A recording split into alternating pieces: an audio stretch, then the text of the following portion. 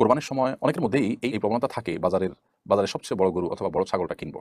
দৈত্যাকার এসব গরু ছাগল নিয়ে মিডিয়ায় আলোচনা হয়, ফলে এই ধরনের গরু ছাগলের ক্রেতারাও আলোচনার কেন্দ্রবিন্দুতে চলে আসেন। কোটি কোটি টাকা দিয়ে আলোচিত গরু কিংবা কয়েক লাখ টাকা দিয়ে আলোচিত ছাগল কেনার বিশেষ কোনো মহিমা আছে কিনা। যদি কেউ আল্লাহর রাহে অধিক সম্পদ ব্যয় করতে চান, তিনি আল্লাহ রাব্বুল আলামিনকে সন্তুষ্ট করবার জন্য তার প্রিয় বস্তুকে উৎসর্গ করতে চান, কোরবান করতে চান, সেই জায়গা থেকে তিনি অনেক বড় গরু বা অনেকগুলো গরু, অনেকগুলো ছাগল জবাই করেন। সেটা তো আপন জায়গায় শুধু ঠিক আছে না, বরং প্রশংসনীয় বটে। তবে আমাদের দেশে যে প্রতিযোগিতা চলে থাকে, এই প্রতিযোগিতার বেশিরভাগই প্রদর্শন ইচ্ছা থেকে হয়ে থাকে।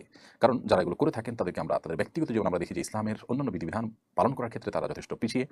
সেরকম কোনো আগ্রহই তাদের মধ্যে দেখা যায় না। এমনকি সাধারণ দান দক্ষিণা করার ক্ষেত্রেও তাদেরকে খুব বেশি একটা আগ্রহ দেখাতে দেখা যায় না। কিন্তু কোরবানির ক্ষেত্রে তারা বিগ বাজেট দিয়ে বড় গরু, অনেকগুলো ছাগল কোরবানি করার যে চেষ্টা করেন, এটি বলাই বাহুল্য যে এটি বেশিরভাগ ক্ষেত্রেই লোক দেখানো হয়ে থাকে এবং লোক দেখানো যে তার অনেকগুলো প্রমাণ তারা নিজেরাই দিয়ে থাকেন।